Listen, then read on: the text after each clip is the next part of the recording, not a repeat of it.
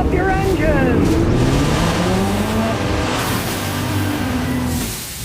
I'm going to show you how to decide whether to get rid of a vehicle or whether to fix it up and keep it. We're going to use this 93 GMC Sierra as a prime example. 33-year-old truck, and yeah, the paint's all faded. Actually, it was good up until a few years ago. It lived in a garage, then it went out in the sun and boom, boom. All where the sun hit faded, the rest is still okay. And if you look closely at the tires, they're all dry rotted. It needs new tires. There's no arguing that. But the body looks pretty good. You can really see the dry rot in this tire. As we walk around, structurally, it seems okay, but you must always look under the vehicle. Now, this is a Tennessee truck, so I don't expect too much bad stuff. Now, yeah, the bottom of the rocker pin here is rotted away, but the main thing is the frame. Frame's solid as can be, so you don't have to worry about rust in this case. If you're up north, frame's all rotten away, don't waste your time. Drive it until something breaks and get rid of it. Strangely enough, it's in perfect shape.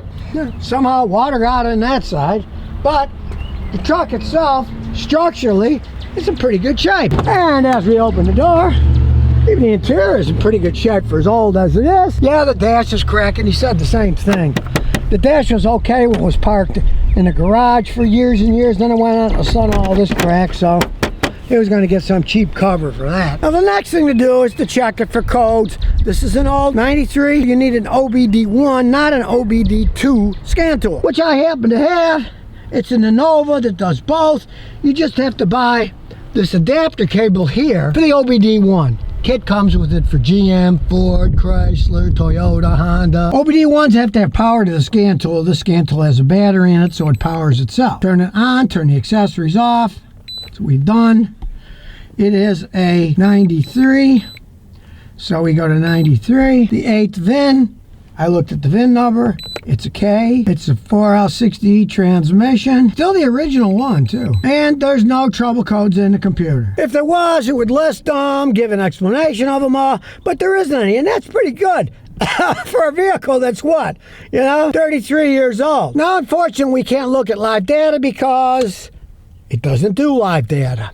And if it did on OBD1, it wouldn't be all that much, which is a really good bit of information to hand you. If you're going to buy an older vehicle, you're better getting a 96 or newer that's OBD2. Then you get a lot of information. Now, since we can't give live data, we're going to have to test things. This is an all-tel tester. It's a real good battery tester and charging system tester. So, first we're going to check the battery. Now, you might think, why check the battery if you're deciding whether to keep a car or not? Well, because of this. If your battery is bad or low on charge, it can give you a false reading that the charging system, the alternator and such, is not working correctly. You have to have a good battery in order to test it. So you test the battery first. We just turn it on. Nice strong terminals. You put the positive on the positive, the negative on the negative. An in battery test does give you software stuff, who knows. We're not bothering with that because that's OBD2 and this is not OBD2, this is OBD1, so we don't care about any of this information. What we want to do is test the battery. So, this is a flooded battery, flooded, and cold cranking amps, and this is an 800 cold crank, so we'll set this to 800. Gee, it's easy, you just gotta wiggle your finger instead of pushing a bunch of buttons. Okay, 800. Next, follow the directions, turn off the electric, ignition, close the door. So now we'll start testing. Here we go. It's testing the battery. Good and recharged, okay? State of charge is 63, but state of health is 90%. Now, it's no surprise. State of health means how much is left. In this case, 90%. But state of charge is only 63% because it's been sitting a while, so that's not a problem. So here we go. Cranking is normal, so the starter's fine. Let's check the starter. Rev it up. 2,000 RPM or more. Now going to test it under load. We'll put everything on AC. Testing it under load again. Then we turn it off. Turn it off. Let's see, charge is normal. The ripple's normal. No load voltage 14.7. Load voltage 14.2. Always be low under load. So it's fine. Now you'll notice that this tests all kinds of things, goes through a whole procedure. If you just check the voltage or have a cheap tester that just tests here and there, that doesn't do all these unloaded, loaded tests, you won't get a true test of the vehicle. That's why a machine like this does its job and does it correctly. You have to test everything. On an old thing like this, hey, you can see how simple it is, but on a modern car, hey, it can get even more complex. And that's why the kit comes with this dongle. For modern cars, it'll load the car itself. It'll know exactly what the specifications of that model was. So if you've got a weird problem, this machine will figure it out. It works on any generic old one like this, but it's really made for more modern cars that it can trace down problems quickly with the right information. And with modern cars, everything is run by computers. So if you have low voltage problem with the charging system, guess what? You can get all kinds of codes tripped when the only thing wrong is the battery or the alternator is bad, and you can be fooled. So you always need a good tester. Pay a mechanic like me if you don't have one to test it out. Now, this thing is a lot better than the crap they use at discount auto parts stores to check your battery and alternator. And it's very important on a modern car. Now this thing's got 262,000 miles on it, original engine, original transmission. Now, this is a 350 cubic inch V8, which is a very popular engine for GM. There's lots of them out there. And I can guarantee you, this engine is worn somewhat. As the owner told me, he said, well, I'm thinking about giving it to my son to be his first vehicle. And well, there's a lot of 350 engines out there in junkyards. And I said, whoa, stop there. Yeah, you got a 33-year-old vehicle. You're going to put a junkyard engine. Who knows what shape that thing is in, right?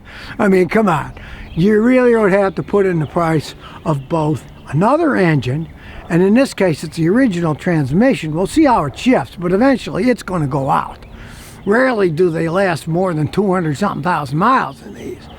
And rebuilding these is relatively simple. Now, this does have a 4-speed automatic, one of the early electronically controlled ones, and they're decent transmissions, but everything wears out. So let's take it for a spin, see how it feels. Now, the layout's pretty standard for an American car, for a pickup truck.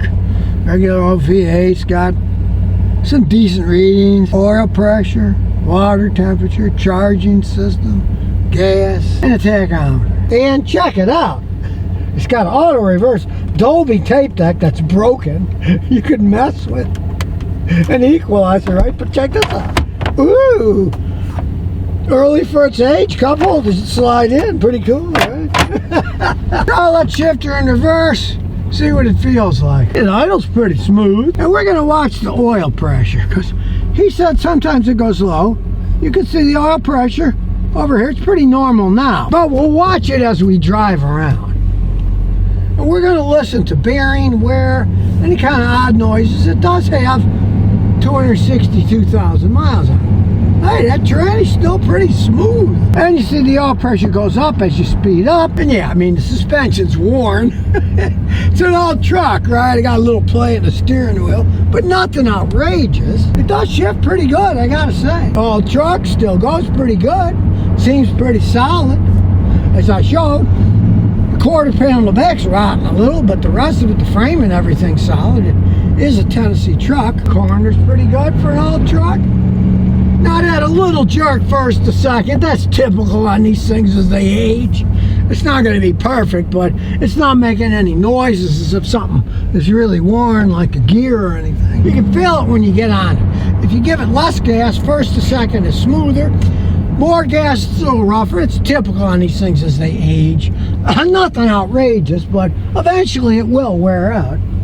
I mean, it does have 262,000 miles on it. Down the road we go. I'm not going to do a drag strip on this thing because the tires are dry rotted. I don't want them blowing up on me. You're looking at an old truck that's got dry rotted tires. Don't drive like a maniac. They might blow at any moment. So we'll just drive normal. And really, downshift's good for overdrive. Yeah, the transmission for its age is pretty good. And the engine's still got a reasonable amount of power in it. I don't hear any bearing noises. It's It's still a pretty decent truck, actually. The steering's a little worn. Watch this. We turn it back and forth, and it's still going straight pretty much. You got to turn it a lot more to get side to side. So, yeah, things are worn, but I mean, hey, it's going to be that way in a big, heavy truck. Safe enough. It's not clunking or anything. I've had many cars you could do this, and it would still go pretty straight, and the turn signals still work, and I don't get any real clunking when I make a hard U-turn here. So, it's in decent shape, suspension-wise. A little wear, but nothing outrageous. Got plenty of acceleration. We'll head back to the ranch and see what else we can discover about this old truck. Now, the oil pressure has been okay now. He said when it heats up, it starts to get a little bit lower, and you can see the temperature gauge isn't reading the middle. It's kind of low.